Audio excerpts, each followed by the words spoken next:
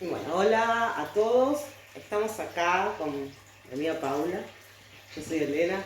Gracias a la invitación de Marcos a hablar en este círculo de energía, en esta oportunidad, el tema de la energía y la longevidad. Ya estuvimos hablando de otras cosas en el mes pasado y bueno, entre nosotros va surgiendo distintos temas. Y cuando Marcos nos propuso el tema de la energía y la longevidad, no hubo manera que a mí no se me ocurriera relacionarlo con el tema de biodecodificación, en el cual yo no, o sea, escucho, toco de oído, y relacionarlo con calendario maya. Entonces, para el tema de biodeco, por eso la tenemos a Paulita, gracias Paulita, en el que vamos a ver cómo se relaciona, a ver cómo relacionamos el tema de la energía, el gasto energético y el tema de la longevidad. O sea, el tema de una salud o un bienestar en el ser humano, ¿no? Obviamente. Bien, sí, bueno, tengo entendido de usar el término longevidad como calidad de vida. Por ahí uno, lo primero que se le viene es vivir mucho tiempo, pero bueno, está relacionado. Es vivir con la mejor calidad de vida a la que podemos alcanzar. Entonces, yo estuve estudiando varios años esta disciplina que se llama biodecodificación o decodificación biológica, donde uno de los ejes centrales, entre muchos otros, es el tema del uso de la energía. Y como se aborda desde los conflictos emocionales y los síntomas físicos a los que llamamos enfermedades, ahí lo que automáticamente se me vino a la mente fue el tema del agotamiento energético. ¿Qué es lo que produce el agotamiento energético? Que vendría a ser lo contrario al concepto que queremos lograr con longevidad, que es calidad de vida. Calidad de vida es usar la energía de una manera armónica en nuestro cuerpo, en nuestra mente, en nuestro espíritu, en la vida. Entonces, ¿qué aborda la biodecodificación? Uno de los ejes centrales, desde el punto de vista biológico, es que el cuerpo funciona de tal manera perfecta para que nosotros logremos nuestra supervivencia. Entonces, uno de los puntos principales es que cuando nosotros nos enfrentamos ante un conflicto externo, a lo cual nosotros interpretamos como grave, el cuerpo empieza a actuar de tal manera de resolver ese conflicto. Si vamos a lo más primitivo, es como si un animalito se enfrenta a su depredador y tiene que resolver ese problema para lograr su supervivencia. Bueno, ¿qué hace el organismo, el cuerpo? Primero detecta esa señal de peligro. Y después el cuerpo empieza a generar, la mente empieza a mandar órdenes al cuerpo para resolver ese problema. ¿Cómo? Deteniéndose, o sea, produciendo un congelamiento, produciendo una huida o produciendo un ataque. Entonces, estudiado biológicamente, es la emanación de cortisol que hace el cuerpo para enfrentar una situación de estrés. Entonces, la primera palabra que se me vino con el tema de energía era el estrés. ¿Qué es el estrés? El estrés es un mecanismo natural del cuerpo para enfrentar estos conflictos. Entonces, el cuerpo empieza a unir desde la psiconeuroinmunología lo que es el hipotálamo, la hipófisis y las glándulas adrenales para liberar cortisol, y ese cortisol lo que va a hacer es generar las acciones necesarias para resolver ese conflicto. ¿Qué pasa? Ese mecanismo es perfecto, pero ¿qué pasa cuando dura más del tiempo a lo que está el cuerpo diseñado? De hecho, se dice que las situaciones de estrés o el estrés, o sea, el generar la adrenalina o el cortisol, es para resolver los conflictos en un tiempo corto de tiempo. Entonces, ¿qué pasa cuando nosotros interpretamos que estamos frente a un conflicto y lo hacemos durar más del tiempo que el cuerpo necesita para repararlo? estamos generando un estrés crónico, un estrés desadaptativo. Estamos extendiendo el tiempo necesario para que le demos al cuerpo para resolverlo. Entonces, ahí es cuando uno tiene que reflexionar y decir, ¿por qué? O sea, yo estoy extendiendo esto en el tiempo. ¿Qué es lo que me genera que ese peligro perdure en el tiempo? Y son nuestras creencias, básicamente. Las creencias que nosotros tenemos de cómo interpretamos nuestra realidad. ¿Y qué provoca eso en el organismo? El organismo empieza a querer liberar cortisol indeterminadamente porque quiere resolver ese conflicto, y ese exceso de cortisol es lo que produce agotamiento energético. Produce que los órganos trabajen de más para resolver ese conflicto y se produzca este agotamiento de energía. Y ese agotamiento de energía, ¿qué nos lleva? Hablando desde la calidad de vida, a tener una calidad de vida cada vez de menor calidad, valga la redundancia, o directamente a que haya un agotamiento total de energía, que es lo que nosotros llamamos la muerte. Entonces, es importante abordarlo desde la biodecodificación, porque justamente cuando nosotros decimos, bueno, tendrías que hacer una sesión de biodecodificación, es para que nosotros nos entrenemos mentalmente, para que nosotros dejemos de ver nuestra realidad externa como una situación de estrés permanente. Es tratar de lograr eso. ¿No es cierto? Bueno, vos... Sí, como una amenaza constante. Sí, yo ese estrés permanente yo lo considero como una amenaza constante, y justamente cuando se habla de biodeco muchas veces uno cae como cae en la medicina tradicional. Me duele esto o ya estoy enfermo, entonces voy, trato de resolver ese síntoma de la enfermedad. Bueno, ¿cómo me puedo curar? No son las palabras que estamos acostumbrados a usar. Me enfermé, me quiero curar.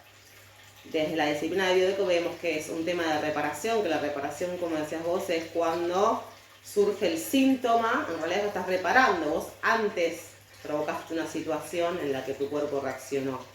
Entonces por eso es importante ser como más preventivos. Sí, solucionar, una vez que está el conflicto hay que solucionarlo. Como decimos, una vez que uno tiene esa enfermedad o ese síntoma, tampoco se desprende de la medicina tradicional. Nadie te dice que no siga el tratamiento, ni incluso que no hagas caso al diagnóstico. O sea, hay un diagnóstico, te pasa algo, vas al médico, tenés esto, pero el tema es, bueno, lo resuelvo y cómo hago para que esto no se me vuelva a repetir. Porque también hay veces que hay enfermedades que llamadas en personal patologías o enfermedades que se transforman en crónicas, o cosas en mi vida que, bueno, yo ya soy así, ya tengo esto, tengo propensión a tener infección urinaria, tengo propensión a tener problemas en la garganta. Bueno, también es un tema de investigar por qué pasa esto, en el que constantemente yo vuelco esa parte de mi cuerpo, o esa parte, o hay gente que, bueno, personas que nos pasan que nos vamos como teniendo diferentes patologías, pero siempre tenés algo. Entonces nunca es como que estás en un estado óptimo, porque como siempre estás resolviendo.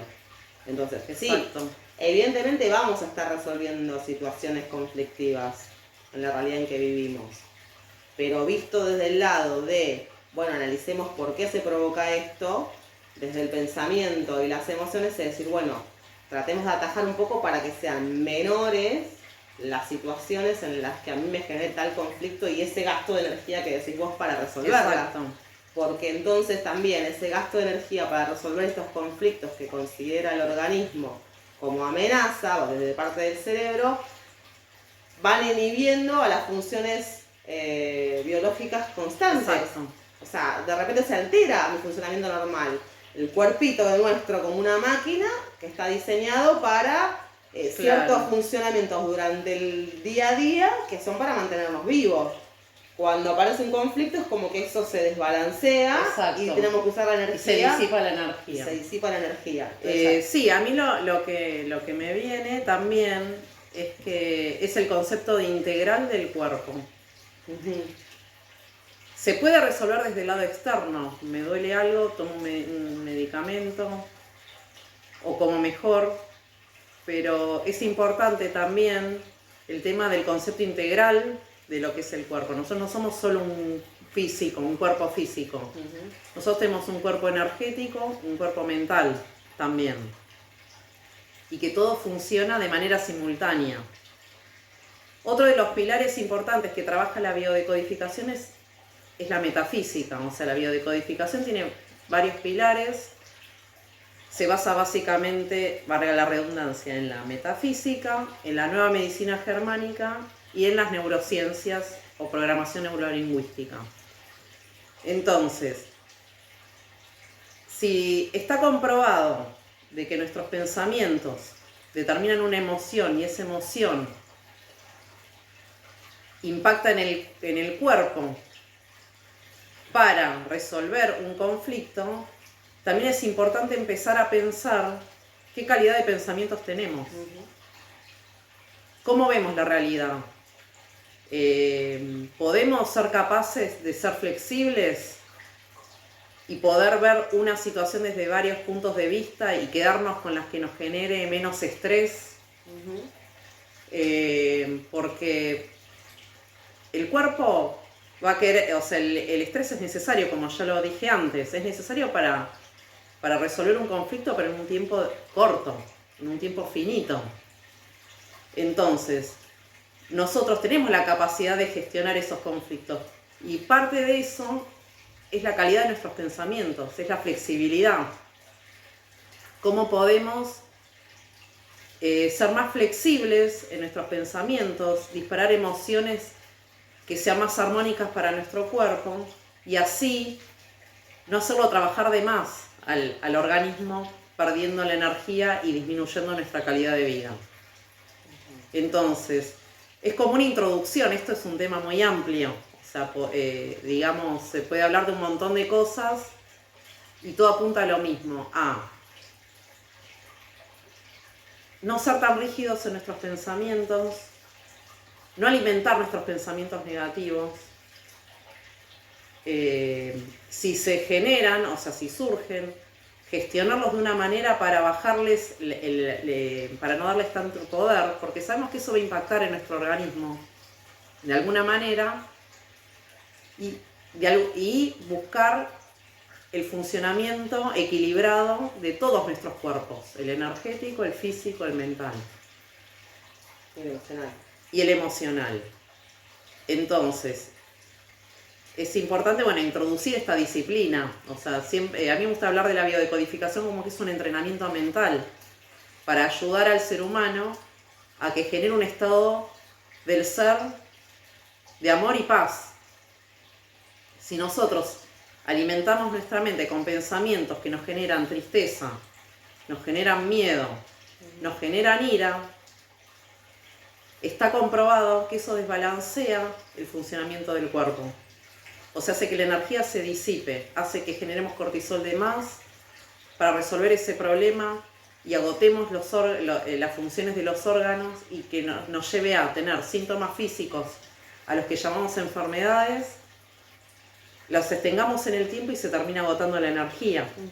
Entonces, volviendo al concepto de longevidad y calidad de vida, me parece importante abordarlo desde la biodecodificación, introduciendo estos conceptos muy básicos. O sea, si nos ponemos a hablar da para horas y horas de charla. Sí, más si empezás a tomar ejemplos puntuales. Porque después empiezan cada uno con qué parte del cuerpo se generan síntomas, porque las enfermedades están relacionadas con un impacto emocional. Pero bueno, dentro de lo que vos decías, con el tema de justamente, ahí va relacionado un poco con el tema del Solking. ¿Cómo relacionás el tema del calendario maya o del Solking? ¿Qué tiene que ver con esto de la energía?